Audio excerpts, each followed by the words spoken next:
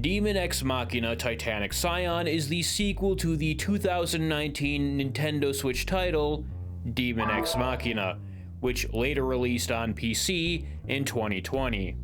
If I had to describe that original game, it would be, we have Armored Core at home. It wasn't quite as polished or as quite as smooth as a game like Armored Core, but it scratched that mecha game itch. So you'd think when they announced that the sequel to Daemon X Machina would be dropping the mechs for exosuits, that I would be a little bit disappointed. Well, you'd be wrong, because I'm not. There are barely any good mech games out there. However, there are even less decent exosuit games. Like I've said before, I love me some Bubblegum Crisis, so I'm down with the exosuits. This game might do what BioWare couldn't with Anthem. You know, make a good exosuit game. Which is all the more hilarious to me since Marvelous is a AA developer. Daemon X Machina's story takes place thousands of years after the original game. If you haven't played the first game, you probably aren't going to have to worry too much about missing out on anything important.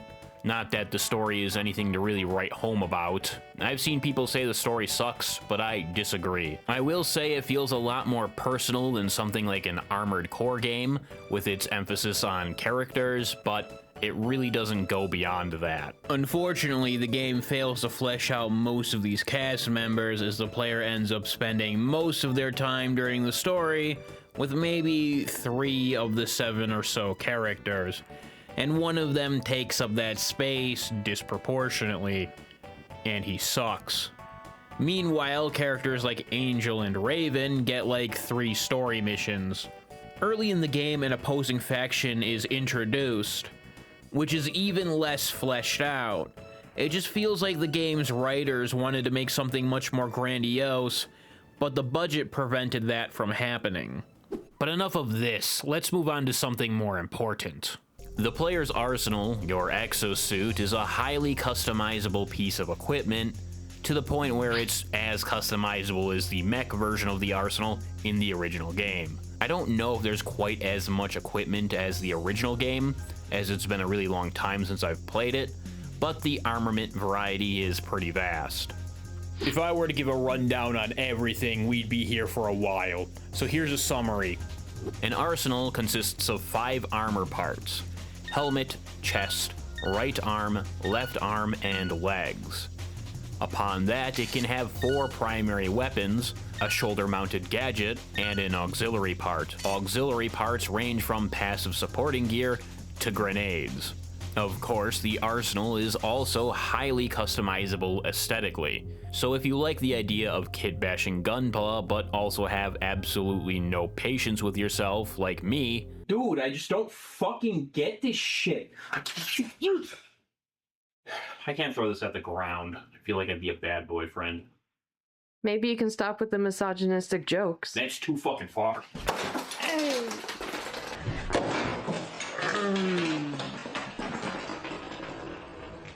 This is a good alternative.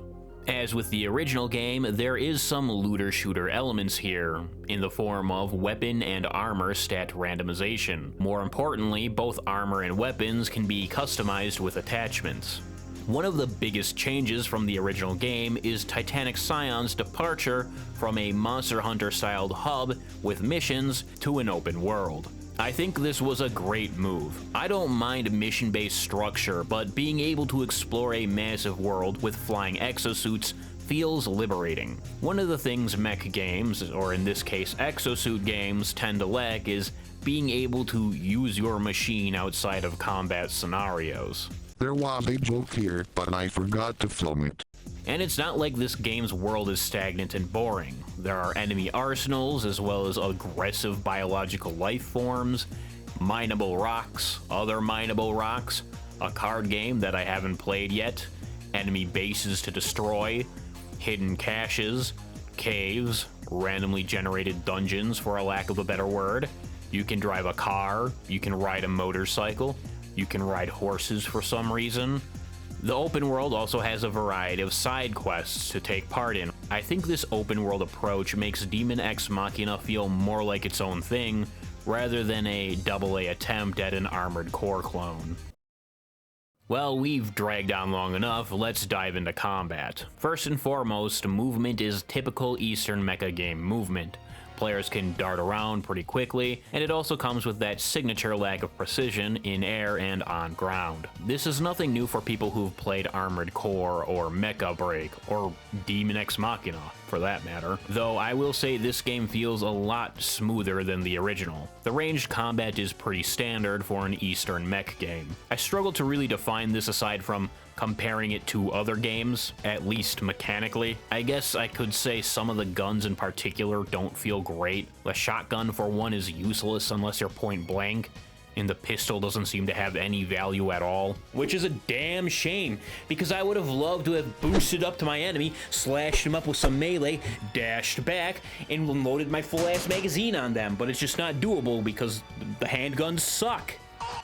As for the ranged weapons I actually liked, I really resonated with the machine gun and assault rifles. They're probably not the best for a melee ranged combo build, but they have just enough firepower to keep them fun as well as viable. The laser charge rifle was pretty cool too.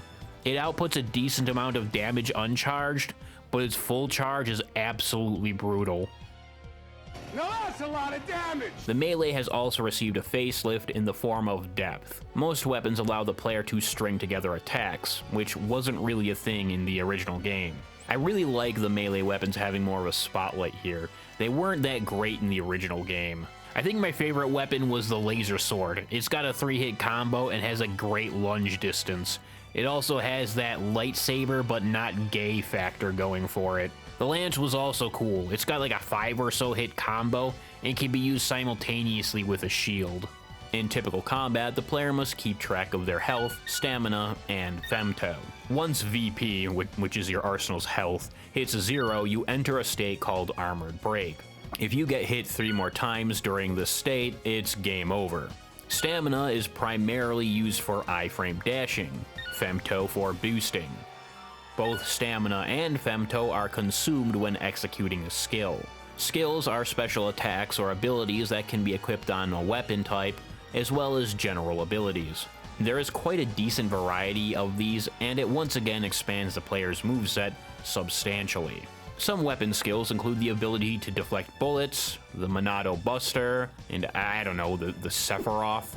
General skills include mind-raping robots, spawning a clone of yourself, or turning invisible. Skills are received through the fusion system, which, to keep it simple, involves mutating yourself using genes from your fallen enemies. At this point in the game, I've become a crab man. Build variety in this game is impressive. Want to get up close and personal with a sword, then dash back and release 30 missiles to your target?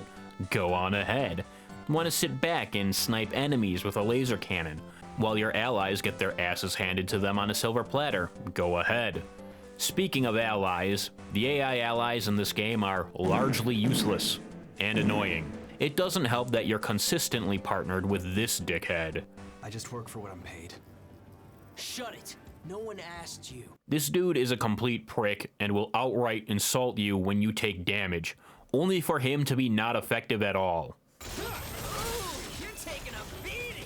I don't know if this was because I was playing on hard mode, but all allies did was occasionally sponge damage for me, and they're not really good at that either. I guess Iris does heal me sometimes, but she doesn't do it enough. Luckily, there's co-op. Sure, there are some missions you can't do online, but the entirety of the campaign is playable with up to 2 other friends, which I guess is a downgrade from the 4-player parties in the original. The worst thing Destiny has done is popularize the 3-person party. But nerd, I don't have enough friends to fit a full 4-person party. That sounds like a you problem, and you sound like a bitch.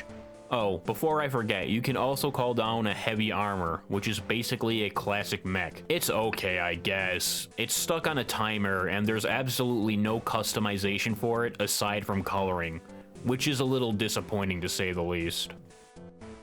I think the biggest point of contention I have with Daemon X Machina Titanic Scion is the price point. $70 is already steep for a AAA title, let alone a AA game. There are plenty of AA games out there that are more polished and more affordable. Look at Space Marine 2 or Claire Obscure. Both games are objectively good, even if I don't like one of them. But more importantly, neither of them cost $70. And the limitations of a AA budget show. Occasionally there's wonky voice direction. Ash, I'm scared. I'm not like you and Raven. The idea of living in fear used to terrify me. But now I'm even more scared. I'm scared! Don't you get it? There's less enemy variety than Dragon's Dogma 2. And weird physics. I mean, fuck, bro. Look at this cutscene.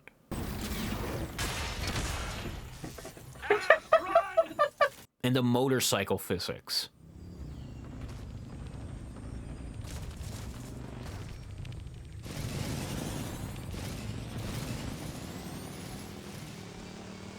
And the writing. I wish you could have seen the look on your face. Another masterful performance. Good luck getting back. Don't let the immortals bite. Baron! Immortals! What do I do? Help! Get out of here, quickly! But how? Where am I supposed to run? Let me think.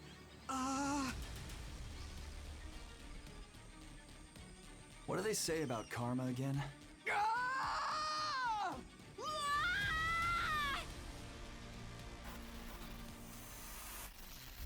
Actually, that one was pretty funny. At the end of the day, it comes down to how you define the value of your dollar. While Daemon X Machina Titanic Scion is a good game, I don't think the average person would be content with the price. Hell, even the fans of this style of game wouldn't be content with the price point. I know I'm not. This is definitely a wait for a sale game. To put it in fat-ass terms, Daemon X Machina Titanic Scion is like a Five Guys cheeseburger. It's a good cheeseburger, but it's not a $20 cheeseburger. The title of this video was, Is Daemon X Machina Titanic Scion better than Anthem? Well, I regret to inform you that that title was clickbait. I've never played Anthem, so I don't really have anything I can say about it. I would be throwing out my journalistic integrity by comparing it to a game I've never played, which I've kind of already done with that clickbait title, but that's besides the point. But I can tell you one thing, actually two things, that Daemon X Machina does better than Anthem. The first thing is, Anthem's getting shut down in like 4 months, because it's a live service game. And the second thing is it's not made by EA, so that's automatically a like bonus 5,000 points. I'm going back to bed.